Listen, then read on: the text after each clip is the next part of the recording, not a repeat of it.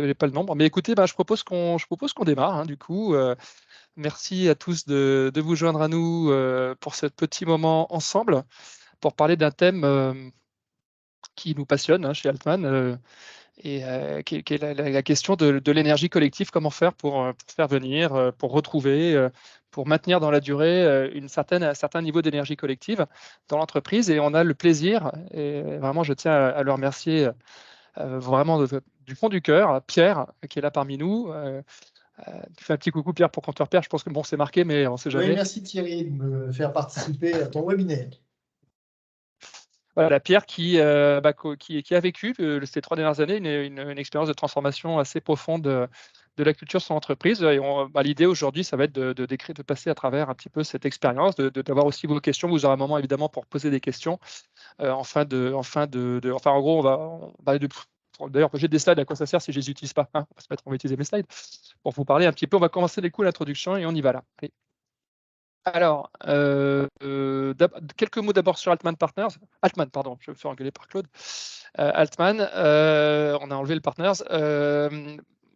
Nous, notre métier, c'est l'accompagnement des entreprises, plutôt des petites et moyennes entreprises, jusqu'à la taille ETI, enfin en gros des entreprises entre 20 et 500 salariés, c'est vraiment le cœur de cible de nos interventions.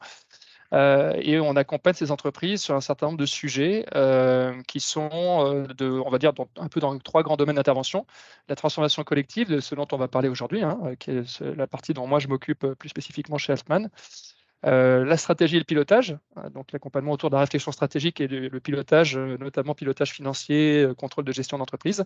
Et puis depuis 2 ans, puisqu'on est nous-mêmes certifiés B Corp, on a démarré une pratique d'accompagnement des entreprises autour de leur stratégie de développement durable et d'impact, à travers la labellisation B Corp d'une part, mais même pas que, avec de plus en plus un scope de prestations qui s'est élargi pour accompagner ces différentes entreprises. Et là, vous avez à droite en bas quelques logos de clients qu'on a accompagnés justement sur la transformation culturelle et collective. En haut, j'ai mis la jaquette d'un livre que j'ai coécrit il y a quelques années, qui est devenu un peu, sans que je m'en sois vraiment rendu compte d'ailleurs, un des livres de référence sur le coaching d'organisation en France. Et puis, je vous ai également mis un petit encart, là, les contrôles alternatifs.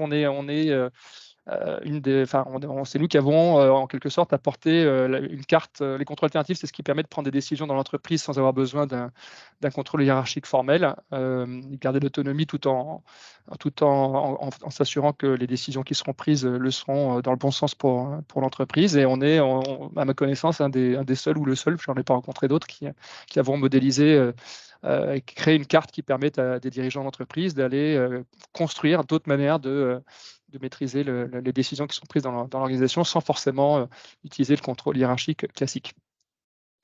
Je vais présenter, Pierre, tu m'as autorisé à le faire rapidement, ton groupe, le groupe Tilly, qui est donc un groupe assez remarquable à plusieurs titres, hein. Déjà, un groupe familial qui a 75 ans d'existence, hein, donc qui a été créé par ton grand-père, que tu as repris en 2012, que tu as racheté en 2012. Je crois que c'est important de le préciser. Je te connais un petit peu, on en a beaucoup discuté.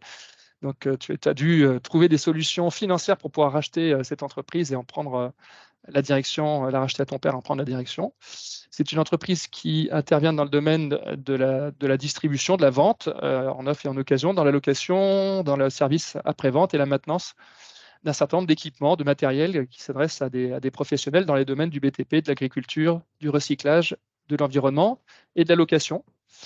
À d'autres gens de ces secteurs-là. L'autre particularité, c'est que ton groupe est implanté dans un grand est, on va dire le grand est de la France, plus le Luxembourg, qui n'est pas très loin du grand est de la France. Tu es toi-même, à la moment où on se parle, à Voipy, je ne sais pas si je le prononce bien, hein, qui est juste à côté de Metz, c'est ça? C'est ça, ouais. Voilà. Et ton Voipy groupe, dans la banlieue de Metz, oui, tout à fait. dans la banlieue de Metz. Et donc, ton groupe, globalement, en consolidé, c'est à peu près 60 millions d'euros de chiffre d'affaires et 150 salariés. Je ne me suis pas trompé? Voilà. Oui, c'est tout à fait exact. On peut compléter par une implantation de 10 agences sur l'Est de la France. Effectivement, un LBO familial qui m'a pas mal marqué, comme tu le disais, en 2012. Et vous avez à droite des photos des matériels dont on parle, hein. Donc, c'est des trucs qui ne rentrent pas dans votre salon, hein, je vous le dis tout de suite. Si vous aviez eu l'envie d'aller acheter du matériel chez Pierre, bah, enfin, bon, peut-être, je ne sais pas, vous avez une très grande maison. Voilà, c'est des très gros équipements, des grues, des pelleteuses, des engins de manutention. Et un certain nombre d'équipements qui vont autour. Voilà.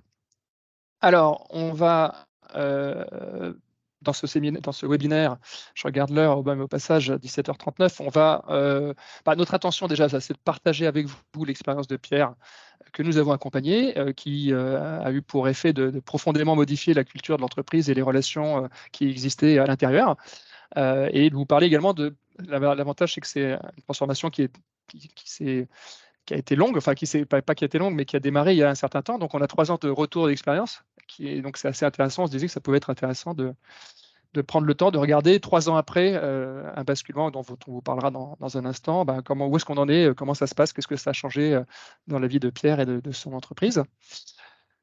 Voilà, et donc on va essayer de découper grosso modo le temps en quatre, hein, à peu près. Donc on va commencer par donner la parole à Pierre dans quelques secondes pour que Pierre nous raconte pourquoi et comment il a vécu ce qu'on appelle entre nous un basculement, hein, d'accord. Ensuite, il y aura une séquence où moi je vais reprendre la parole pour vous décrire un petit peu la méthode, les approches en fait qui sont derrière cette transformation. Et ensuite, un troisième temps où je redonnerai la parole à Pierre pour vous parler de voilà, le bilan 3 ans après. Alors, on en est où? Qu'est-ce qui a changé? Qu'est-ce que ça a eu comme impact sur l'entreprise? Et puis, une séquence numéro 4 où là, on vous redonnera la parole et on vous proposera plutôt d'utiliser la conversation d'ailleurs, hein, plutôt que de le faire à l'oral, parce que ça risque d'être un peu compliqué, on est quand même un certain nombre. Donc on vous proposera, et d'ailleurs vos questions peuvent tout à fait arriver dans le cours, hein, des échanges. Peut-être d'ailleurs que certaines de ces questions, on y répondra dans le cours des 3 premières séquences. Mais l'idée, c'est que pour les questions, vraiment, on reste sur l'écrit et que vous n'utilisiez pas, parce que vous avez un bouton Q&R, donc question et réponse. Je vous invite à ne pas utiliser cet onglet-là, parce que sinon, ça nous obligerait, nous, à jongler entre deux onglets différents, plutôt d'utiliser la conversation comme moyen de partager vos questions. Et on va essayer en cours de route de suivre vos questions et de voir comment on peut y répondre, sachant voilà, que la séquence 4 sera une séquence un peu plus longue. On verra, nous, on peut rester encore un petit peu après 18h30, et donc peut-être jusqu'à 19h, on verra en fonction des besoins. Donc, on pourra prendre un peu plus de temps pour ceux qui le souhaitent à la fin de l'échange pour répondre à davantage de questions. Voilà, écoutez, on démarre et du coup, je vais te passer la parole, Pierre. Tu me diras quand tu voudras que je mette la photo de ce fameux séminaire qui a eu lieu le 6 décembre 2019. Mais voilà, je te passe la parole et je t'invite à nous partager qu'est-ce qui a fait qu'on s'est rencontrés, toi et moi, finalement, qu'est-ce qui a fait que tu es parti dans quel était le besoin et comment ça s'est fait? Merci Thierry, bonjour à tous et bienvenue. Je vais simplement faire une courte introduction pour donner un peu d'histoire sur l'entreprise. L'entreprise a été créée effectivement par mon grand-père à la sortie de la Deuxième Guerre mondiale à Metz et s'est développée uniquement autour de Metz jusqu'à la fin des années 90 et a vécu au milieu des années 80 déjà une transmission de mon grand-père vers mon père. À la fin des années 90, cette même entreprise a vécu une deuxième phase, qui est un premier LBO pour racheter son concurrent principal qui distribuait la marque Liber, puisque dans nos métiers, nous en avons 2 essentiellement. Un métier de distribution adossé à des contrats de concession, comme vous pouvez le voir dans l'automobile. Il existe exactement la même chose sur les matériels de travaux publics et de manutention. Donc, nous avons contracté au début des années 2000, fin des années 90, début 2000, avec la marque Liber. Et mon père a donc transformé l'entreprise en groupe avec plusieurs filiales, dont la société Tilmat, concessionnaire des matériels de travaux publics Liber.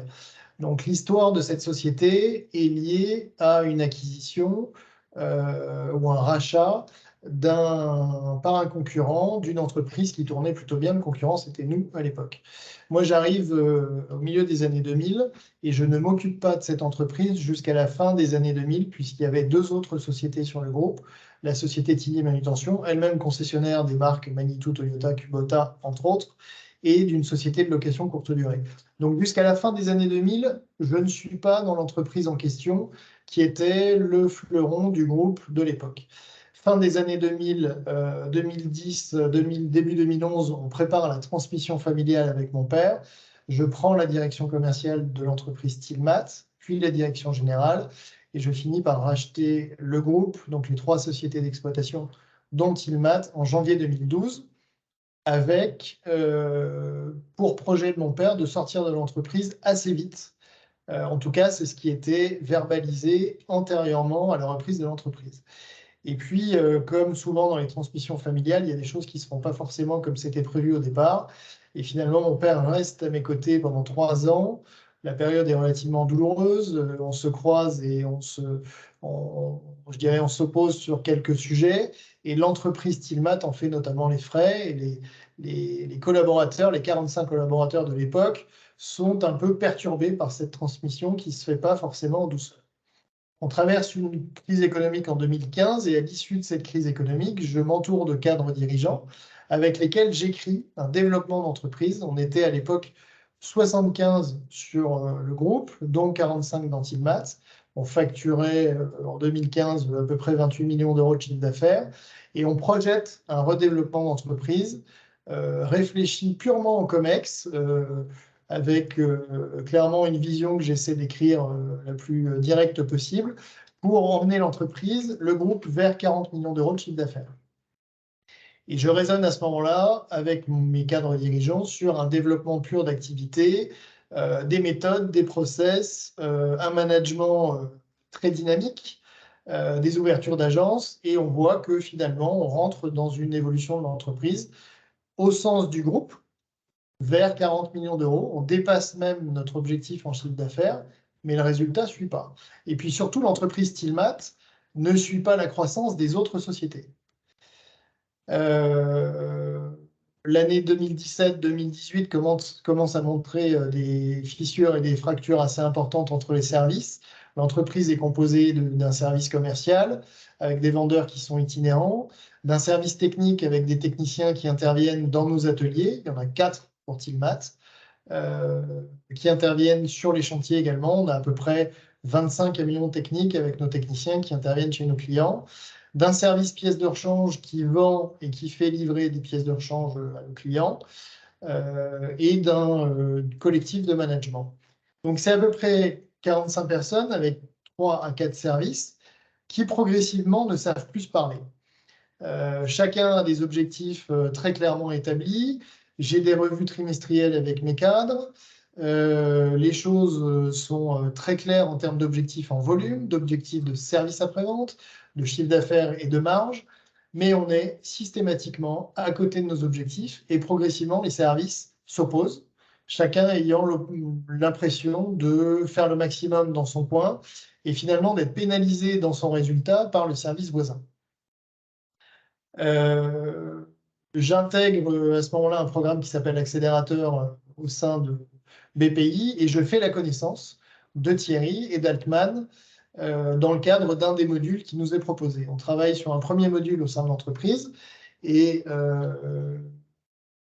Thierry détecte assez vite la situation, je dirais, assez étouffante de Stillmat, alors que nous avions en Stillmat le fleuron de l'entreprise, je le répète. Ce fleuron commence à s'abîmer très sérieusement et rentre en tension même avec ses fournisseurs principaux qui constatent que l'entreprise n'est plus au niveau. Et donc, on aboutit progressivement à une situation de tension importante dans laquelle j'ai plutôt pris la tendance d'un management très en contrôle, très directif. Et je dirais, j'ai l'impression d'être dans la discussion et dans l'écoute, et en réalité, je suis plutôt directif, voire très directif. Et puis, à un moment donné également, les années passant, les chiffres se dégradant, il y a aussi une inquiétude qui naît chez le dirigeant que je suis en disant, mais je suis en phase d'LBO, je dois rembourser une dette senior, est-ce que je vais y arriver? Donc, il y a une tension complémentaire, évidemment, qui naît.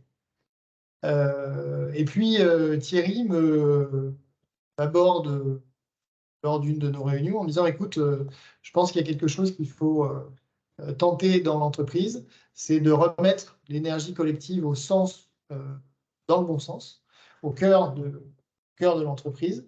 Et on prépare cette année 2019 avec plusieurs rendez-vous dans lesquels il s'intéresse à ma manière de travailler avec mon équipe. Il interviewe des membres de l'équipe. On travaille également avec mes cadres dirigeants dans l'entreprise pour tenter de comprendre ce qui se passe. Et on aboutit à un diagnostic assez clair du fait que les gens ne s'entendent plus, peuvent avoir des objectifs qui soient louables dans leurs services respectifs, mais finalement, l'ensemble ne fait plus sens. Et donc, il faut réagir. Thierry me propose, tu interviens quand tu veux, Thierry. Hein. Ouais, non, je suis tout oui, c'est très bien. Et je crois résumer plutôt bien les choses. En tout cas, c'est comme ça que ça s'est passé. Et dans les discussions qu'on mène, Thierry. Pierre, un manque de confiance. Moi, je me rappelle qu'on s'était beaucoup parlé de ça. C'était le sentiment qu'il n'y avait plus la confiance. Les gens doutaient quand tu leur parlais des chiffres, etc. Ils se demandaient si c'était la réalité que tu leur présentais aussi. Il y avait un truc un peu autour de ça, me semble-t-il. Oui, exact, puisque en 2015, on avait traversé, je vous le disais, une crise assez importante et on avait connu une chute de 20% de nos activités. En fait, j'avais repris le groupe, mais sans diversifier ses activités. Nous étions très dépendants antérieurement à 2015 de deux domaines d'activité, le secteur agricole et le secteur des travaux publics. Et ces deux secteurs, de manière concomitante, s'effondrent économiquement en 2015 et début 2016. Donc, on a pris une vague très importante de ralentissement. J'ai dû prendre des décisions difficiles avec 7 licenciements à l'époque. C'était quand même 10% des effectifs. Et donc, la relance de l'activité et réembarquer une entreprise sur un projet de croissance alors que vous sortez, j'ai présenté un plan de restructuration de l'entreprise le 2 septembre 2015 et le 10 octobre 2015, un mois et une semaine après, on réunissait à nouveau nos collaborateurs en leur disant bon, OK, on a pris acte de la crise, maintenant voilà ce qu'on va faire pour redémarrer. Donc il y a eu des effets psychologiques qui étaient relativement importants et les années qui ont suivi, j'ai multiplié les communications basées sur des PowerPoint, des chiffres et autres, mais je voyais que je perdais l'attention de mes équipes et il y avait effectivement un problème de confiance dans ce que je pouvais expliquer du fonctionnement de l'entreprise. Donc j'en souffre en tant que dirigeant et mes équipes, je les sens en grande tension aussi, on perd des compétences et en gros, je suis un peu dans une situation de laquelle j'ai du mal à sortir, en tout cas prendre de la hauteur.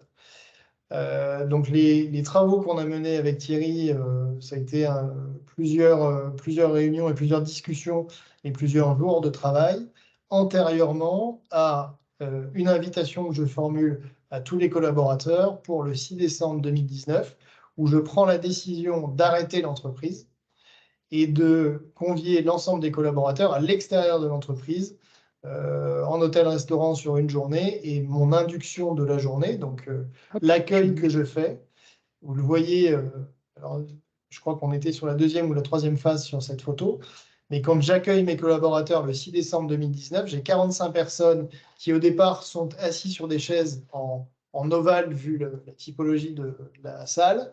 Je suis au milieu avec le micro et je leur dis bonjour, j'ai décidé d'arrêter l'entreprise. Et je vous le dis aujourd'hui, comme je l'ai dit le 6 décembre. Thierry m'en est témoin, et j'ai marqué un blanc. Et j'ai repris la parole en disant, j'ai décidé d'arrêter l'entreprise aujourd'hui, parce qu'en tant que dirigeant, je ne veux plus vivre ce que je viens de vivre depuis des mois, voire des années, et j'ai la faiblesse de croire que vous n'avez plus envie de le vivre non plus. Donc, soit on pose l'ensemble des sujets et on se dit ce qu'on ressent. Et là, un sujet, Thierry vous parlera certainement de la méthodo, mais l'effort le plus important en tant que dirigeant, c'est déconnecter son cerveau et se connecter à ce qu'on ressent. Et c'est livrer ce qu'on ressent, en fait. On abandonne tout ce qui fait, entre guillemets, l'image du dirigeant. Et puis, on est juste un humain parmi les autres et on dit, les gars, j'en peux plus, en fait. Je supporte plus ce que je vis. Je pense qu'on va dans le mur si on continue. Et j'aimerais savoir si vous ressentez la même chose. Avant même de conscientiser, de réfléchir et de décider de plan d'action, c'est avant tout, est-ce que, comme moi, vous êtes un peu en souffrance dans votre métier, quoi? Est-ce que je me trompe totalement et vous pensez que tout va bien? Je ne vous cache pas qu'au moment où je le fais, avant, quand je le prépare et au moment où je le fais, j'ai un peu l'impression d'avoir les pieds, vous savez, sur le rebord d'un plongeoir de grande hauteur, 6-8 mètres, en se disant, j'ai jamais sauté et je ne sais pas comment va être la réception. Bah, c'est un peu ce que je vis à ce moment-là. Et Thierry me dit, t'inquiète pas, je connais la réception, ça va bien se passer.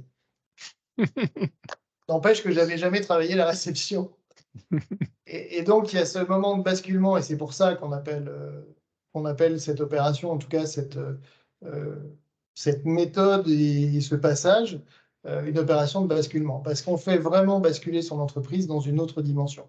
En tout cas, entreprise au sens collectif humain. Thierry, je crois que tu m'avais demandé de m'arrêter là avant de passer au bilan, ou tu veux que j'explique encore le déroulé de la journée? Devant, peut-être du coup, je vais peut-être reprendre la main, ouais, Pierre, pour décrire un peu le processus. Mais par contre, je te propose d'intervenir pendant que je décline le truc, si tu le souhaites. Ok. OK? Ouais, très bien. Alors, du coup, je vais vous donner quelques. En fait, je vais essayer de décrire en très très peu de slides. J'ai pas envie de vous saouler avec des concepts, voilà. Mais derrière ce qu'on a fait chez Pierre, il y a une structure en fait, qui est d'ailleurs pas forcément, qui n'a pas besoin d'être exposée aux participants du système. Mais par contre, à Pierre, je l'avais exposé. Et cette structure, elle est basée en fait sur un certain nombre de propositions ou de croyances. La première qui est très forte chez nous, c'est qu'on on pense que la question de l'engagement, en fait, l'arrivée de l'énergie collective dans une entreprise, c'est assez mécanique. Ça paraît bizarre parce qu'on parle de l'humain, tout le monde a des avis différents sur plein de choses, etc. Vous mettez 10 personnes dans une salle, ils ne regardent pas les choses de la même manière. Et pourtant, nous, ce qu'on constate, puisque l'accompagnement qu'on a fait avec Pierre, on l'a fait une quinzaine, maintenant peut-être une vingtaine de fois au cours des dernières années, on sait en fait mécaniquement, c'est pour ça que je peux parler de la réception de Pierre, lui dire écoute, saute, tu vas voir, ça va bien se passer.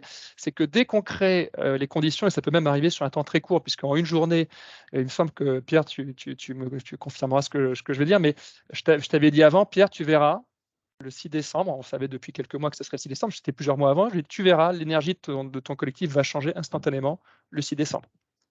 Pourquoi? Parce qu'en fait, le 6 décembre, ce qu'on fait, c'est qu'on remet dans le collectif ce qui souvent en a disparu, le sens, le lien avec le sens, le lien social, c'est-à-dire la relation entre les gens, et le pouvoir d'agir. Puisque ce jour-là, et du coup, Pierre, tu pourras un petit peu expliquer comment ça s'est passé pour toi si tu sens que ça va être c'est sympa. Mais ce jour-là, on réunit 45 personnes dans une salle. On a un dirigeant qui ne fait pas de discours, qui ne sort pas de PowerPoint, et qui dit juste, moi, voilà où j'en suis, les gars. Et en fait, j'aimerais savoir où vous en êtes, vous. Et ça, vous voyez, en termes de relation, c'est pas du tout pareil que de faire un discours ou de venir avec des PowerPoint. En termes de relation, vous êtes en train de dire, tu comptes, tu es important. Chacun de vous, 45, vous êtes important pour moi. Et de ce fait-là, vous remettez le lien social, vous remettez le sens aussi, parce que vous dites, moi, je ne sais pas où on va ensemble, mais tout seul, j'irai nulle part. Donc le sens vous appartient aussi, ce n'est pas un truc de direction générale, le sens de l'entreprise. Voilà, et donc en fait, ce qu'on joue ce jour-là, c'est vraiment d'essayer de remettre les ingrédients. Et quand les gens, les individus, et ça c'est moi, ça me surprend encore aujourd'hui, après plusieurs années de pratique, qui se traduit toujours par les mêmes résultats. C'est que dès qu'on on tend la main, on redonne de la place, on rediscute du sens de la relation, et qu'on laisse la possibilité aux gens d'agir. Vous verrez ensuite comment derrière ce basculement, on va donner la possibilité aux individus qui le souhaitent et qui vont devenir de plus en plus nombreux de s'investir dans la transformation de l'entreprise, parce que c'est ça aussi qu'on n'a pas encore dit, mais qui est important à comprendre, c'est que ce moment de basculement, c'est un démarrage en fait. C'est un démarrage d'un mouvement, et à la fin, enfin pas à la fin, mais à la suite de ce démarrage, les gens vont avoir la possibilité de s'impliquer dans la construction de la culture, dans l'évolution de l'organisation, et faire sauter finalement, sauter ou modifier tout ce qui les a empêchés de se sentir bien. Ça part du petit irritant, on parlera tout à l'heure de la machine à café de la société Tilmat, mais ça va jusqu'à des choses beaucoup plus conséquentes dont Pierre parlera dans un instant. Et donc, voilà, nous, ce qu'on veut vite, en général, je pense que Tilmat, je suis désolé, c'est un peu schématique, mais chez Tilmat, on avait un peu ça, si vous voulez. Il y avait une direction dans laquelle, là, on partageait bien une aventure, et puis il y avait plein de gens qui se sentaient très éloignés de l'aventure. Et puis, entre chacune des équipes, on ne se comprenait pas bien. Et donc, quand l'entreprise est construite de telle manière, notamment quand elle est très autoritaire, très top-down, qu'elle donne le sentiment aux gens qu'en fait, ils comptent pour du beurre, qu'on leur change comme ça leurs habitudes de travail sans rien leur demander, en disant j'ai décidé, puis c'est comme ça. Ils ne sont pas informés d'où on va, ils ne sont pas informés où on en est, ils ne connaissent pas tous les chiffres d'entreprise, donc ils se demandent ce qui se passe, ils ne savent pas trop. Voilà, en fait, c'est difficile pour ces gens-là de se sentir importants. Et quand les gens ne se sentent pas importants, ils prennent leur énergie, ils vont la mettre ailleurs, quoi. En fait, hein, c'est ça qui se passe. Pour que quelqu'un ait envie d'apporter son énergie dans votre entreprise, il faut qu'il ait la possibilité de sentir qu'il compte, qu'il est accueilli, c'est ça le lien social, qu'il est inclus, il fait partie de la famille, quoi, en quelque sorte, de l'entreprise, et il comprend où on va, il comprend le sens. Vous voyez, c'est pour ça qu'on reparle de ces trois ingrédients. Bon, je vais pas. Du coup, voilà, un peu le basculement, ça consiste à faire un peu ce que vous voyez dans ces 3 flèches, hein. Permettre instantanément, dès le 6 décembre, de faire sentir aux gens qu'en fait, on veut les inviter dans l'aventure avec nous. Et c'est ce que Pierre fait. Dire la qualité de la relation, c'est pas un truc accessoire, c'est pas une cerise sur le gâteau. Vous êtes important et j'ai envie que ce soit une vraie relation qu'on vive. Et donc, je veux savoir ce que vous ressentez.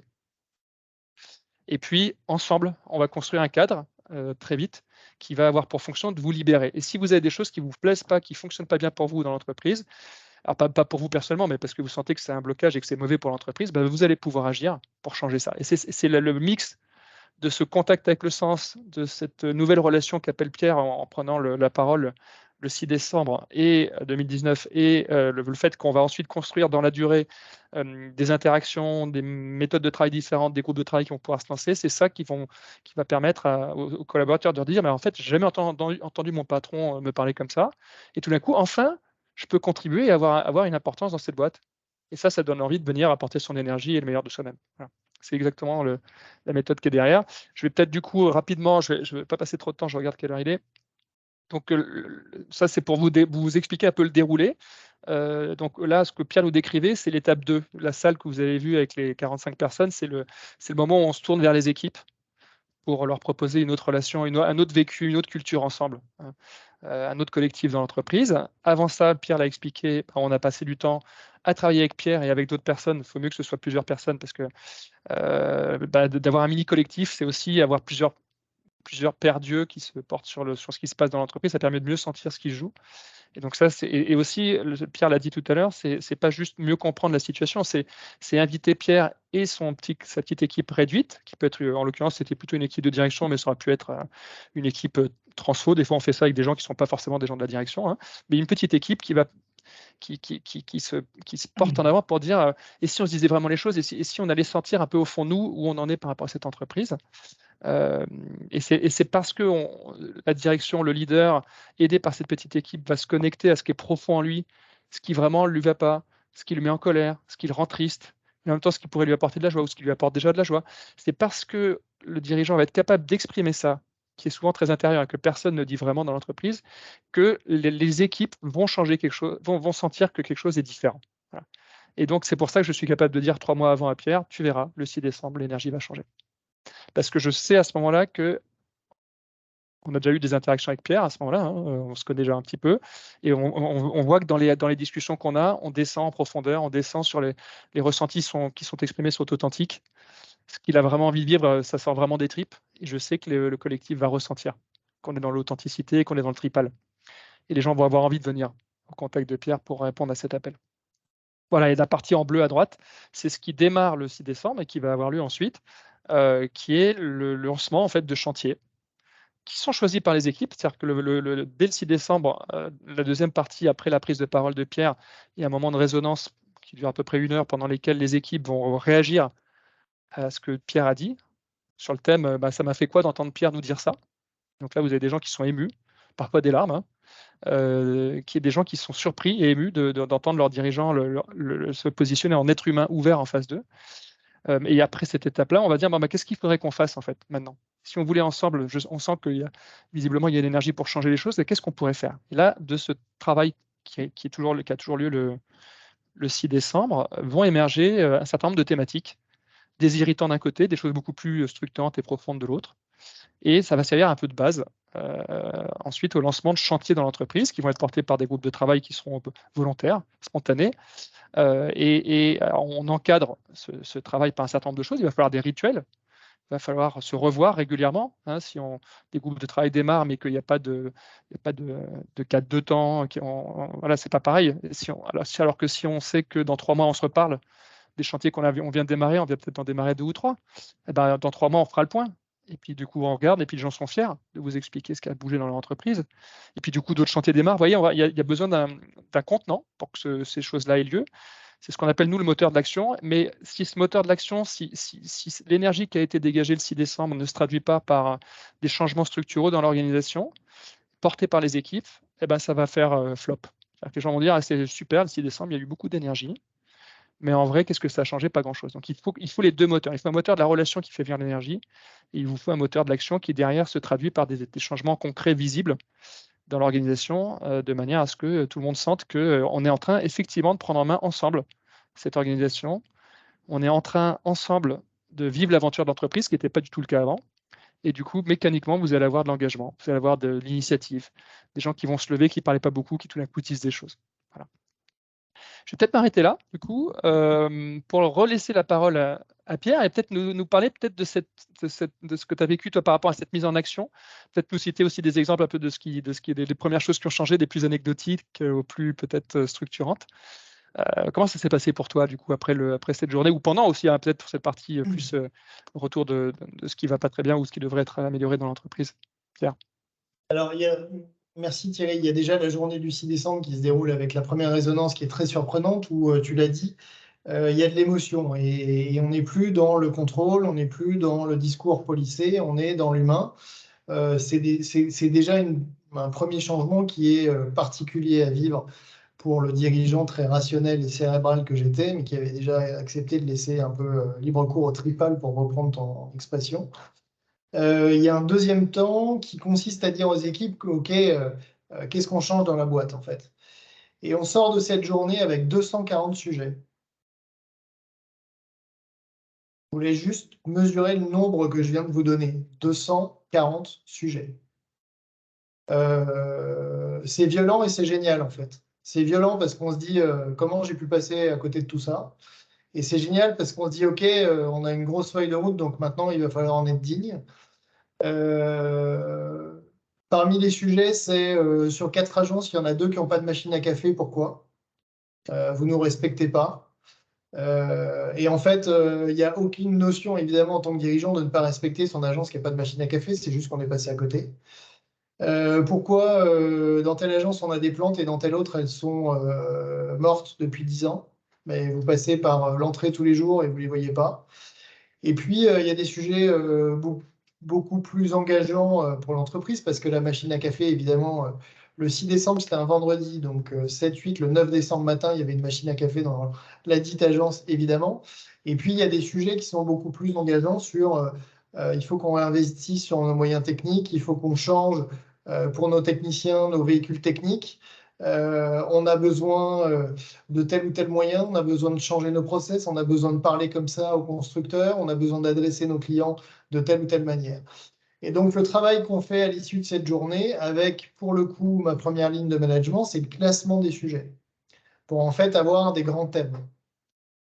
Et ces grands thèmes, alors on l'a peut-être fait le 6 décembre, on l'a d'ailleurs peut-être fait en pleine journée, il me semble avoir travaillé avec ton équipe, Thierry, et avoir sorti plusieurs thèmes, je dirais comme ça 7 ou 8 de mémoire, et proposer aux équipes de s'inscrire librement sur les thèmes pour contribuer au travail de changement de l'entreprise.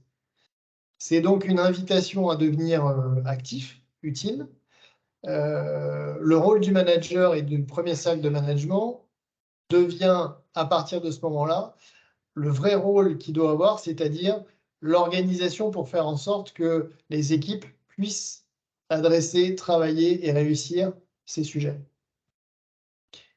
Et c'est assez génial parce qu'en fait, on n'est plus celui qui est la locomotive qui tire l'entreprise, qu'on peut lire dans certains bureaux d'anciens dirigeants, affichés sur les murs. Non, on est simplement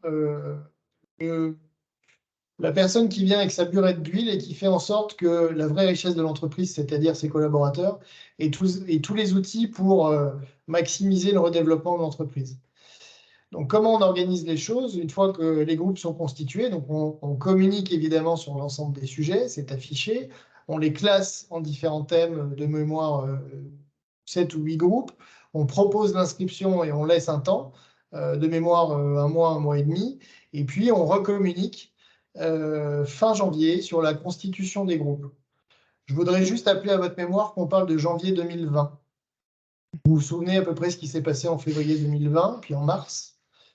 Donc tout se fait au moment où évidemment on entend parler d'un virus en Chine, et puis on regarde l'Italie pour certains un peu de haut, et puis mi-février on commence à comprendre qu'on y va tout droit aussi.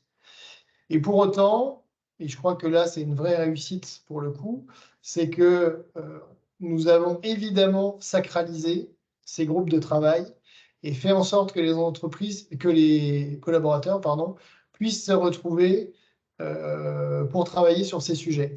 La petite novation, c'est que la visio avant le 13 mars, on ne la connaissait pas. Le télétravail, c'était lunaire pour nous. Je me souviens d'ailleurs d'avoir travaillé avec mon avocat, je sais qu'il y en a un autour de l'écran, et lui avoir posé la question du télétravail, et on avait 2 mois de réflexion en se disant comment on va faire. Bon, bah, le 13 mars, j'ai basculé à l'époque 92 collaborateurs à la maison en 24 heures, puisque dans l'Est et particulièrement à Metz, on était assez touché par le Covid, et j'ai dû fermer 10 agences le mardi 17 mars, le lundi 16 mars au soir. Donc la veille de la fermeture de l'économie décidée par le président. Mm. J'ai fermé mes agences, mais j'ai gardé le contact avec mes collaborateurs et j'ai déployé un nouvel outil qui m'avait été inspiré par le dirigeant de la BPI, puisque je travaille beaucoup avec la BPI. La BPI entretenait une relation avec nous en visio 1 fois par semaine. On avait une visio d'1 heure avec Nicolas Dufourcq qui nous donnait l'état de l'économie et les réflexions de l'État. J'ai fait la même chose avec mes équipes. Et la visio avec BPI, c'était 11 heures. Avec mes équipes, c'était à 18 heures. Et pendant 1 heure, je leur disais où j'en étais. J'étais seul à l'entreprise. Je prenais un certain nombre de décisions qu'on peut imaginer pour l'époque. Je leur ai témoigné aussi mes craintes, mes peurs, et je me suis laissé disponible pour eux pour répondre à toutes leurs questions de l'époque. Et dans ce moment, les groupes de travail ont commencé à fonctionner, ce qui est quand même assez dingue, parce que on se dit, les gens sont à la maison, ont peur d'un virus, l'entreprise fait moins 70% d'activité sur les 2 premiers mois, avril-mai, de son nouvel exercice, et pour autant, les réflexions sur les groupes de travail commencent à naître, parce qu'il y a l'outil visio. Donc pour moi, c'est d'une puissance assez rare, parce que si un collectif est capable de résister à une séparation physique et continuer à travailler sur des idées pour améliorer l'entreprise, ça veut dire qu'en période normale, elle peut décupler, ou ce collectif peut décupler son travail et accélérer la performance de l'entreprise par la réflexion commune. On sait ce qui s'est passé. On a travaillé 1 an avec tous les groupes, avec des points réguliers tous les trimestres. Et puis, régulièrement, je me suis rendu disponible pour décider. Ça, c'est l'étape d'après. C'est que d'abord, il y a une réflexion, il y a des sujets qui émergent. Notre métier de dirigeant et de manager est d'organiser la réflexion et le travail des équipes. Et évidemment, il faut aller jusqu'à la décision et il faut déployer derrière. Parce que si on ne déploie pas, on perd l'énergie. Et évidemment, on décourage et on va jusqu'à la perte de collaborateurs. Donc, il doit y avoir une orthodoxie parfaitement claire sur la sacralisation du fonctionnement des groupes et la disponibilité régulière du dirigeant pour aider, et des managers, pour aider ces groupes de travail à réfléchir ou à leur donner des moyens, puis à un moment donné, décider. Et vous avez le droit, dans les idées qui vous sont proposées, de dire non. Il faut simplement expliquer pourquoi, en fait. Mm. Et c'est vrai que j'avais cette crainte aussi antérieure à la journée du 6 décembre, de me dire, OK, on va peut-être avoir des demandes plus ou moins réfléchies, possibles, financièrement atteignables pour l'entreprise, qui était quand même plutôt en souffrance. Qu'est-ce qui va se passer? Je vous donne un exemple. Mes techniciens me demandent de changer les véhicules, de passer de camionnettes Peugeot à des camionnettes Mercedes. De prime abord, on se dit, ouais, super, Mercedes, la marque, le coût. Il y avait à l'époque 35% d'écart sur le prix d'achat par camionnette et j'en ai 30 à acheter. Bon, vous voyez ce que ça peut générer sur un compte de résultat. Eh bien, j'ai renouvelé tous les véhicules par des Mercedes et aujourd'hui, j'ai fidélisé des collaborateurs et je n'ai pas vu d'impact négatif de mon compte de résultat, bien au contraire. Puisque si maintenant je fais un parallèle avec le compte de résultat, on traverse l'année Covid globalement sans être abîmé du tout. J'ai en plus des équipes très engagées et je suis totalement convaincu que cette journée du 6 décembre nous a aidé à traverser cette période-là de manière la plus simple possible. Et puis l'entreprise Stillmat, depuis 2 ans, elle connaît des croissances de 10 à 15% par an en termes d'activité, des chiffres que j'ai jamais connus, hein. Même en étant aux côtés de mon père à l'époque. Donc le chiffre d'affaires, c'est bien, mais surtout le résultat. On est, à l'heure où je vous parle, en train de clore notre bilan à mars 2023. Il est probable qu'on ait doublé notre résultat net par rapport à l'année dernière. L'année dernière, on l'avait doublé par rapport à l'année d'avant. Et par rapport à il y a 2 ans, notre chiffre d'affaires a fait plus de 20%. Donc il n'a pas fait x2. Par contre, le résultat, il s'est nettement amélioré. Est-ce que les équipes ont été plus sous tension? Non. J'ai des gens qui travaillent admirablement bien entre eux. Tout n'est pas parfait. Les groupes qui ont travaillé sur les sujets, les 240 sujets sont passés, on les a traités. Décisions positives ou négatives, le plus souvent d'ailleurs décisions positives. Et puis on a relancé des sujets. Fort de l'expérience qu'on a connue, j'ai réuni l'ensemble du groupe le 14 octobre. Et dans cette convention qu'on a animée avec Thierry, j'ai posé 2 questions. Il y avait une première question qui m'intéressait, c'était les valeurs de l'entreprise. Et les valeurs, on en avait parlé en 2019 avec Thierry, et je lui ai dit, ouais, j'aimerais bien définir les valeurs de mon groupe. Donc, je suis quand même assez humble, on va réunir quand même mon COMEX autour de moi, et je ne veux pas être le seul à le définir.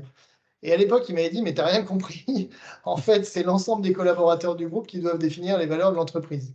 Il avait absolument raison, donc c'est ce qu'on a fait en 2023. On a une centaine de mots qui y sont sortis. On a fait un nuage avec ce mot et les mots les plus importants sont affichés de manière la plus nette.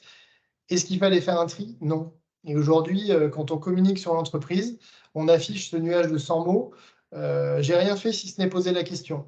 Et la question, c'était de dire, demain, vous devez parler de l'entreprise et de votre expérience chez nous. Quel est le mot que vous allez choisir? Hmm.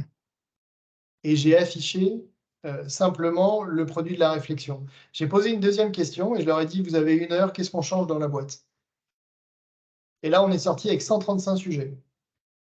Et sur les 135, on a 6 groupes. Les 6 groupes, on les voit tous les trimestres depuis octobre. Il y a des sujets sur lesquels on a déjà décidé et d'autres qui sont en cours.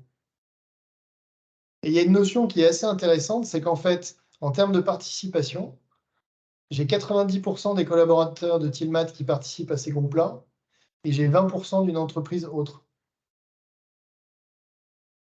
C'est intéressant en fait, parce que ça montre que les collaborateurs qui ont déjà vécu l'expérience, ils vont tout droit en disant on y croit, on sait comment ça marche, on s'inscrit. Et ceux qui n'ont pas vécu l'expérience, pour l'instant, doutent. Donc, pour ne pas trahir un secret, on est en train de préparer l'opération de basculement de Tilly Manutention avec Thierry.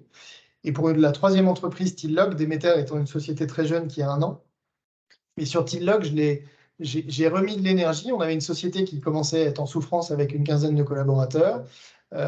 Sur la journée où j'ai repris la direction de Tillog, j'ai utilisé les clés que Thierry m'a données sans qu'il soit présent. J'ai fait en sorte que les 15 collaborateurs se parlent. Ils sont 15 dans 3 agences, sur des agences de location courte durée. J'ai utilisé la résonance, l'induction, la résonance. Et puis, de la même manière, on a sorti un certain nombre de sujets, que là, on travaille en équipe complète, et ça avance, on décide. On est 2 mois après, j'ai des collaborateurs qui m'ont dit très récemment, c'est dingue, en peu de temps, vous avez réussi à nous faire revoir le sens de l'entreprise, à réussir à se reparler, comprendre les objectifs des uns et des autres et faire en sorte d'aider mon confrère ou mon collègue qui est sur telle autre agence pour atteindre ses objectifs. Alors après, Thierry met du sens et de la méthode sur le sujet. Il me l'a enseigné. Moi, je trouve ça assez dingue, en fait, pour une entreprise. On est passé de 90 à 150 collaborateurs. J'avais le rêve de doubler le chiffre d'affaires de l'entreprise. En fait, on l'atteint cette année. En 2 ans, on revient au niveau... Enfin, on va passer 60 millions. On avait mis 7 ans pour aller de 30 à 40 millions. De 40 à 60 millions, on a mis 2 ans et demi, sortie Covid.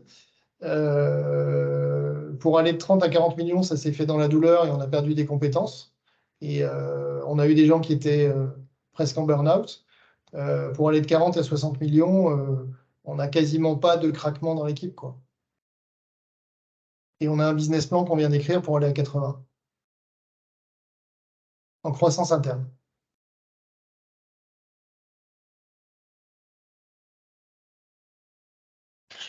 J'ai vu passer J'ai rien à ajouter, on va prendre les j'ai- questions. j'ai- Là, je ne sais pas quoi dire.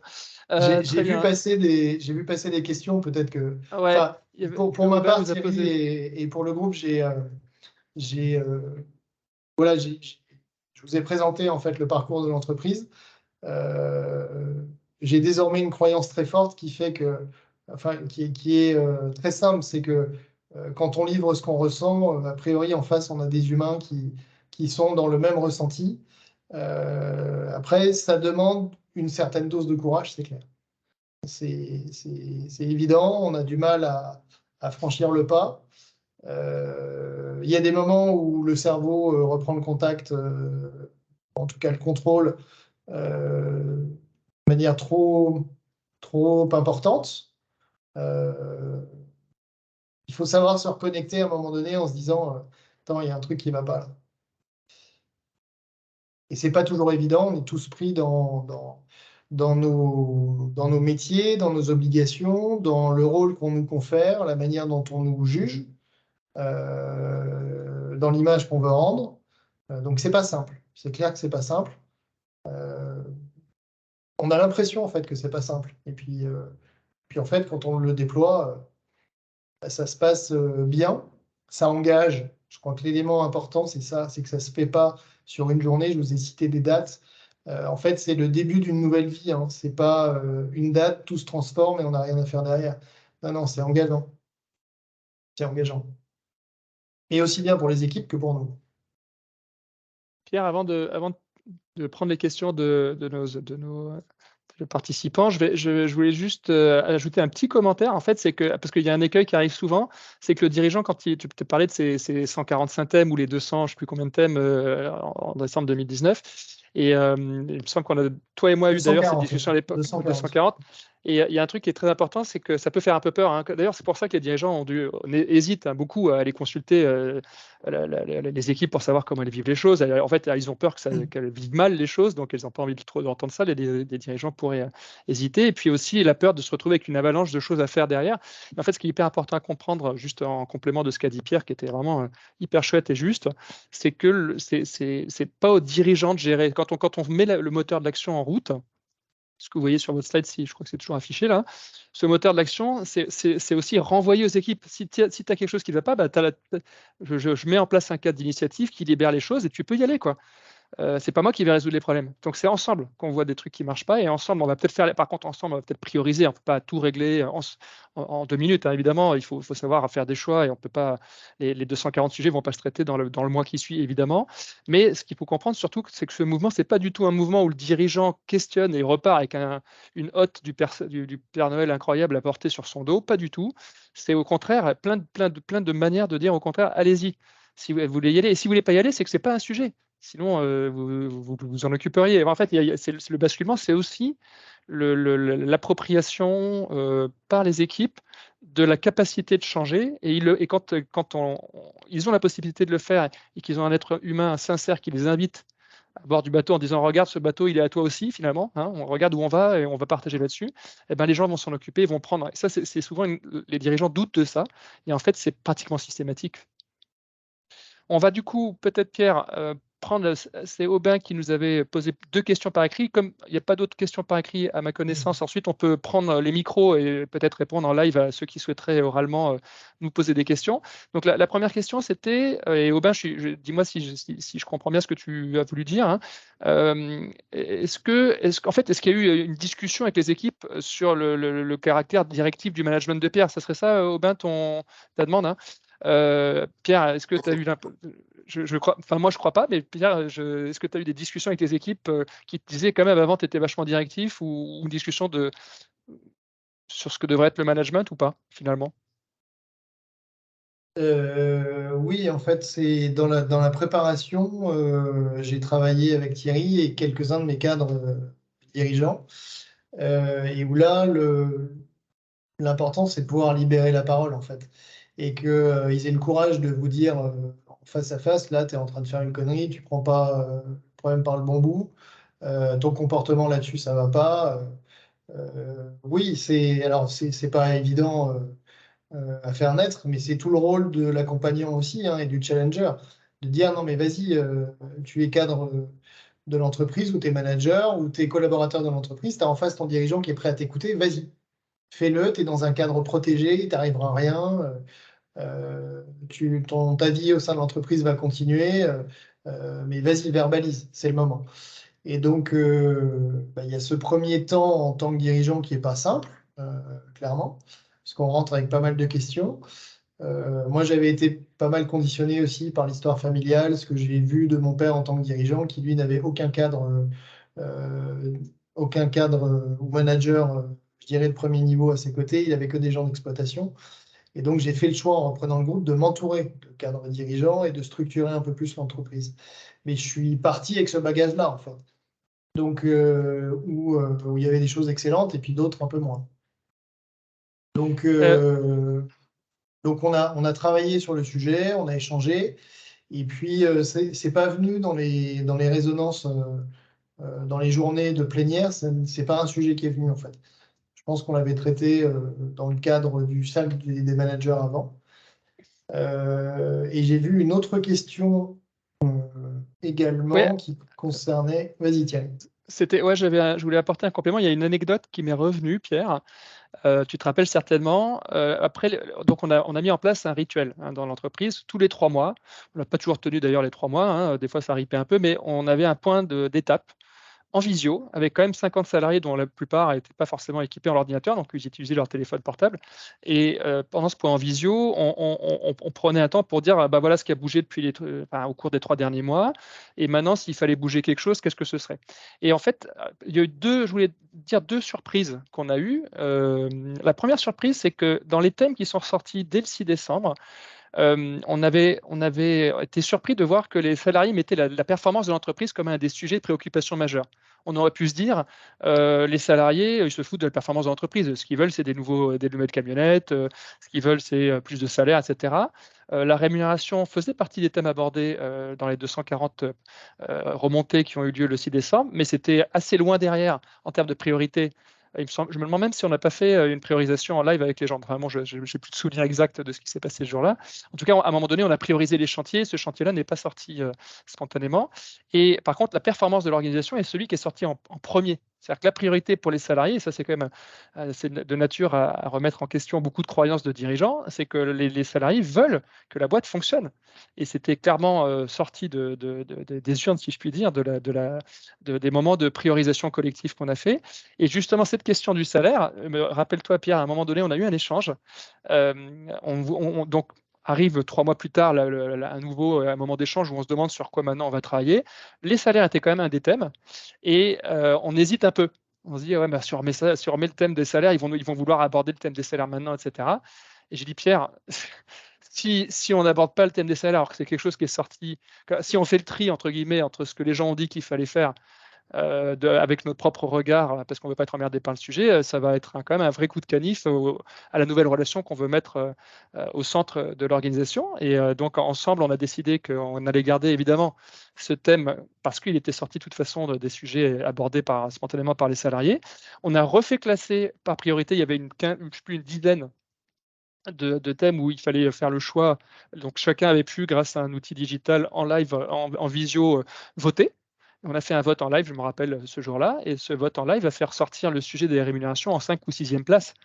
Alors que les salariés auraient pu spontanément dire bah, c'est ce sujet dont on veut s'occuper maintenant. Et si ça avait été le cas, on avait pris acte du fait qu'on allait s'en occuper. Mais il est sorti en 4 ou 5e position. Et justement, je crois que c'est ce jour-là que la performance de l'entreprise est ressortie en première. En fait, je suis en train je suis désolé, mais mes souvenirs sont un peu mixés, mais voilà, je voulais apporter cette précision-là. On va reprendre. Effectivement, Aubin avait une autre question. C'était est-ce que une fois à partir du 6 décembre, est-ce que des gens se sont montrés dubitatifs, n'ont pas cru la réalité de ton intention, Pierre? Tu vois, en gros, est-ce qu'ils n'ont pas certains ont donné l'impression qu'ils n'avaient pas envie de rentrer dans le jeu, qu'ils se sentaient un peu manipulés ou voilà, qu'est-ce qui s'est passé de ce côté-là?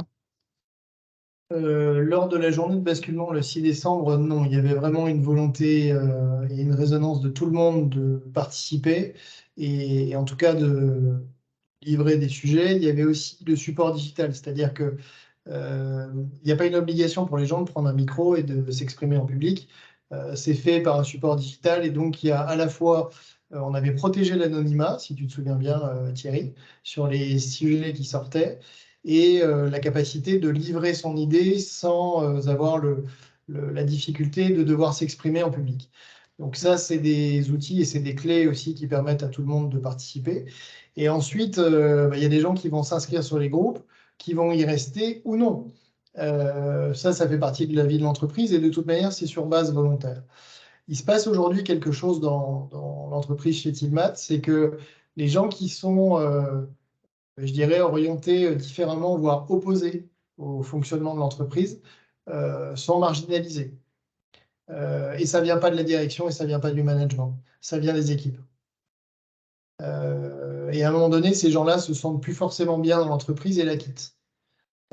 C'est arrivé dès le milieu de l'année 2020, notamment sur un manager technique où l'équipe s'est exprimée en disant maintenant ça va plus. Si on est freiné dans notre région, c'est à cause de toi. Donc soit tu te mets en ligne, soit tu t'en vas. Et il a fini par partir. Et aujourd'hui, on a fait 2 fois 20% de croissance sur l'activité de cette équipe. Et j'ai rien fait de spécial. J'ai juste redonné le pouvoir à l'équipe de faire bien son job, en fait. Donc oui, il y aura, enfin, ça fait partie des entreprises. Vous avez certainement vu déjà ces schémas ou ces diagrammes où vous savez que vous avez une partie de la population, on espère minoritaire, qui tire la corde dans l'autre sens que celui que vous souhaiteriez donner. Ça arrive, il faut pouvoir composer avec. Mais en tout cas, quand vous redonnez une énergie collective positive, en général, celui qui a envie de perturber se marginalise. Et évidemment, l'écoute continue que vous devez avoir avec l'équipe va permettre de garder le bon sens de l'énergie, la dynamique, et de faire en sorte que celui qui se marginalise ne devient pas à nouveau celui qui redonne une tendance opposée à l'équipe. Il y avait une autre question de Constance. Qui demandait, en dehors du lancement des groupes de travail dont on vient de parler, est-ce que tu as modifié la gouvernance de l'entreprise ou peut-être le style, j'ajoute ma propre nuance dans la question, mais peut-être la gouvernance ou le style de gouvernance, les personnes et puis la manière dont elles fonctionnent avec les équipes? Dans la structure de la gouvernance entre le CODIR et le COMEX, je n'ai pas vraiment changé les choses. Par contre, j'ai structuré immédiatement un département RH qui n'était pas structuré. On le faisait, comme souvent dans les PME, par un bout sur la paye à la compta, un bout sur la RH pure par mois et puis par 2 ou 3 managers. Donc là, j'ai décidé de structurer. J'ai embauché ma responsable des ressources humaines le 20 mars 2020. Voilà. Pour vous donner l'état d'esprit dans lequel j'étais. Et elle m'a d'ailleurs appelé en me disant, je suppose que l'embauche est nulle et non avenue, et je lui ai dit, bien au contraire, je vous attends. Ma directrice régionale sur Tilmat, embauchée le 13 février 2020, m'a fait le même appel début avril, et elle devait arriver le 20 avril 2020. Elle est arrivée le 20 avril 2020. Elle a juste travaillé 8 jours chez elle, le temps que je puisse lui fournir des masques. Et ensuite, l'énergie s'est lancée. Pour répondre un peu plus spécifiquement sur la question, je pense qu'aujourd'hui, les projets structurants type déménagement d'une agence, ouverture d'une agence, investissement sur de nouveaux services, on les partage avec l'ensemble de l'équipe, ce qu'on ne faisait pas forcément avant. J'avais plutôt tendance à réfléchir à ces projets un peu stratégiques avec ma première ligne. Et aujourd'hui, on met des techniciens, des vendeurs autour de la table, des gens qui s'occupent de la pièce, mais des gens du terrain, quoi. Oui, on a modifié et j'ai modifié la manière d'investir les gens dans les projets structurants pour l'entreprise. Ouais. Il est 18h32, donc on arrive au bout de l'heure qu'on avait prévue. Donc, si ceux qui ont besoin de partir peuvent partir, certains l'ont déjà fait d'ailleurs. Là, je viens de voir une ou deux personnes qui viennent de quitter la salle. Ceux qui veulent rester, Pierre, est-ce que tu es OK pour voir s'il y a des questions, s'il y en a encore, hein, merci Constance pour ton commentaire. Est-ce que, du coup, voilà, sentez-vous libre de nous quitter si vous le souhaitez, mais peut-être que parmi vous, il y en a qui ont encore des questions, et donc nous, on se tient à votre disposition. Et là, en basculant sur l'oral, peut-être, donc n'hésitez pas à ouvrir votre micro.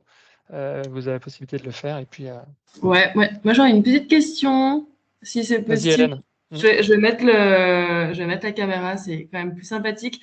Déjà, merci beaucoup pour cette présentation. Et puis aussi, bravo, je trouve, bravo pour le courage d'avoir fait tomber le masque à un moment donné. Parce que c'est jamais évident, je pense déjà dans la vie de tous les jours, mais en tant que dirigeant, je pense qu'on est un peu pris dans des espèces comme ça de cadre et on n'ose pas forcément. Bravo aussi pour l'humilité, l'authenticité et d'avoir osé. Je crois que c'est un mot-clé voilà, donc, sur ce projet-là. Et puis, merci Thierry aussi d'avoir rappelé que c'est toujours bien aussi qu'il y ait le moteur de la relation, mais ça doit aller plus loin. Il doit y avoir derrière le moteur aussi de l'action, et ça, on l'oublie peut-être parfois. Et c'est vrai que c'est tout ça qui crée cette énergie et qui permet en fait de lancer véritablement le changement. Alors moi, mes questions, je suis désolée, je dois partir dans 10 minutes, mais je vais essayer d'être assez rapide. La première question, c'était déjà, est-ce que vous continuez à faire ces groupes de travail est-ce que, donc ça, on a parlé de ce fameux 6 décembre, de ce qui s'est passé en 2019, 2020, etc. Mais est-ce que vous perdurez aujourd'hui dans cet élan de communication et d'échange avec vos équipes? Ça, c'est la première question. La deuxième question, c'est est-ce que vous avez fait un recrutement spécifique ou des recrutements spécifiques pour entretenir ces échanges-là? Je pense par exemple à une personne dans la communication interne qui permettrait aussi de favoriser ces échanges-là. Et puis, est-ce que vous, troisième question, et après j'en arrête là, est-ce que vous avez continué à garder cette spontanéité, à vous faire confiance au moment où vous avez un doute, vous arrivez à le transmettre aussi à vos équipes, à le dire, et en tout cas à avoir gardé cette énergie de la spontanéité et de l'humilité. Voilà, c'était mes 3 questions. Constance, il faut que je me... pardon, Hélène. C'est Hélène. Je me remémore la première. La première, c'est... La première, c'est les groupes de travail. Ouais, est-ce que vous continuez? Oui, nous avons continué. En fait, on l'a... je l'ai provoqué à la convention du groupe, la première d'ailleurs que j'ai organisée le 14 octobre 2022. Et c'est là où on est sorti avec 135 sujets et 6 groupes de travail qui sont en cours. On se voit par trimestre. On a fait un premier point. On voulait leur laisser... alors nous, on a dû structurer, je crois, les sujets de mi-octobre à fin novembre, parce qu'on avait pas mal de trucs en cours. On a communiqué en décembre pour leur laisser la place de s'inscrire jusqu'à fin janvier. Pardon. Et on a donné un premier rendez-vous mi-avril, où en fait, dans chaque groupe, on a demandé que donc chaque membre du COMEX est parrain d'un groupe. Et le rôle du parrain, c'est de faciliter le travail du groupe. À aucun moment d'intervenir ni dans les réflexions, ni dans les décisions. C'est juste faciliter le travail. Et on a sacralisé le fait que chaque personne qui souhaite s'inscrire s'inscrit simplement sur un seul groupe et chaque groupe dispose, je crois que j'ai déterminé 2h30 ou 3 heures par mois, sur lequel il peut se réunir en visio et travailler. Et c'est la priorité, c'est-à-dire qu'un manager ne peut pas dire à son collaborateur je t'interdis d'être dispo pour travailler ce qu'on a baptisé Horizon 2024. Donc ça, c'est quand même relativement important. Premier point de passage par les rapporteurs qui sont des collaborateurs, donc les coordinateurs ou rapporteurs du groupe, mi-avril.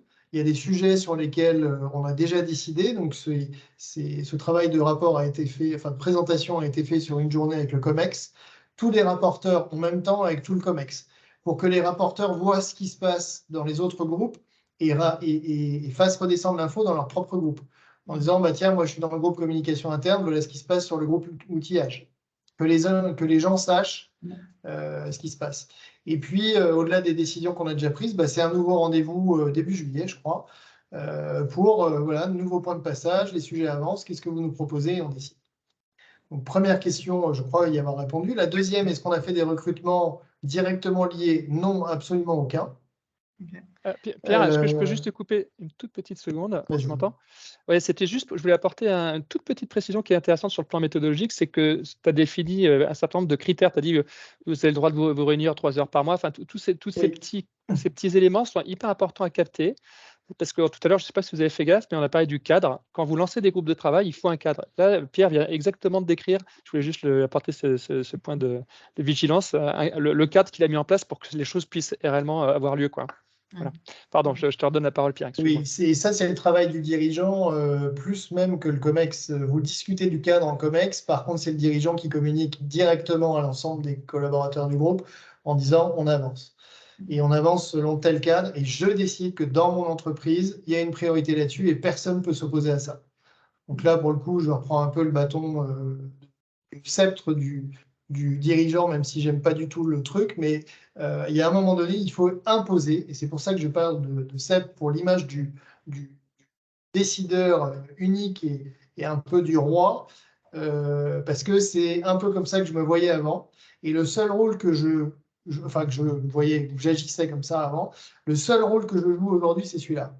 C'est que je suis impératif quand il y a un risque pour mes collaborateurs, évidemment, et notamment pour sacraliser le travail des groupes de travail, parce que c'est très clairement pour moi les fondations du développement et de la pérennité du groupe.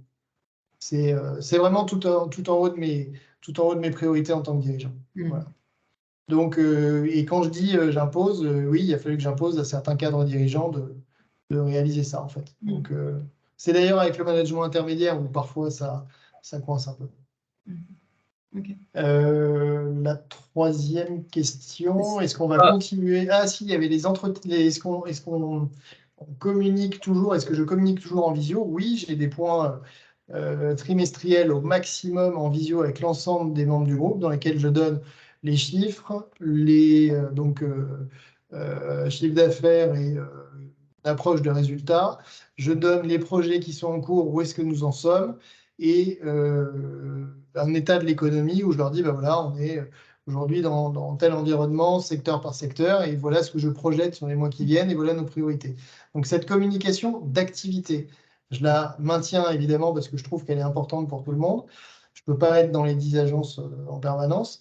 Et puis, il y a la communication sur les groupes de travail où, chez Tilmat, je l'avais fait, et Thierry l'a très bien dit, par le biais de visio plutôt descendantes. Et sur le groupe aujourd'hui, on le fait par le biais des coordinateurs ou rapporteurs de chaque groupe qui est chargé d'envoyer l'info dans son groupe. Donc, et je pense que c'est embarquant en fait pour les équipes, c'est que on essaie de casser au maximum la communication descendante. Et je voudrais témoigner du comment les collaborateurs. Pardon, on n'essaie pas de casser la communication descendante, on essaie de casser au maximum la communication unilatérale. Ouais, c'est ça. Ouais. Vous permettez en fait le up and down. Ouais. Moi, ce qui m'avait frappé dans un de ces échanges trimestriels en visio qu'on a eu, j'ai animé les premiers, moi je me rappelle les premiers mois, et il y a, à un moment donné, je ne sais pas si on avait osé, mais en fait, je ne suis pas sûr que ce soit un vrai saut dans le vide, on avait dit au fond, c'était 6 mois après, je pense 6 mois ou 9 mois après le 6 décembre, qu'est-ce que ça a changé pour vous? On a posé la question en live à 50 salariés, qu'est-ce que ça a changé pour vous, ce qu'on a démarré au mois de décembre l'année dernière? Et les retours des équipes, on les avait mis en petits groupes pour qu'ils puissent discuter en groupe de je ne sais plus combien, 7 ou 8 personnes. Et puis ensuite, chacun des groupes de 7 ou 8 personnes a pu donner un peu un retour de ce qui s'était dit dans son cercle en sous-commission. Et là, les retours avaient été super sympa. Enfin, les gens avaient dit on est hyper content que notre patron se soit ouvert comme ça, qu'il ait tout d'un coup laissé un espace pour que nous aussi on fasse partie de cette entreprise. Je me rappelle je ne sais pas exactement les phrases qui ont été dites, mais je me rappelle que moi je m'étais senti très ému en fait, par les retours qu'on avait eu des équipes à ce moment-là. Il y a un élément aussi que je peux ajouter, c'est que dans les années 2016 à 2019, on a fait l'objet d'énormément de critiques de nos concurrents, parce que certains de nos anciens collaborateurs étaient partis à la concurrence et ont essayé de vraiment casser notre business. Sur Tilmat, ça a été très très violent pour mon équipe. Et depuis début 2020, en fait, il y a une forme de sérénité et quasiment de surdité à la critique, à la mauvaise critique extérieure de la concurrence par mon équipe. Ce qui nous pénalisait beaucoup antérieurement et où les gens étaient très sensibles, ils ont repris en réalité de la confiance et arrêtent de suivre ou d'écouter ou d'être sensibles à une critique, à une mauvaise critique extérieure. On est très sensible à la critique de nos clients et de nos partenaires et de notre écosystème, évidemment. Mais sur la critique négative, on a réduit considérablement notre niveau de sensibilité. Et je crois que c'est important aussi pour qu'une équipe fonctionne bien. Merci en tout cas pour ces retours. Merci beaucoup.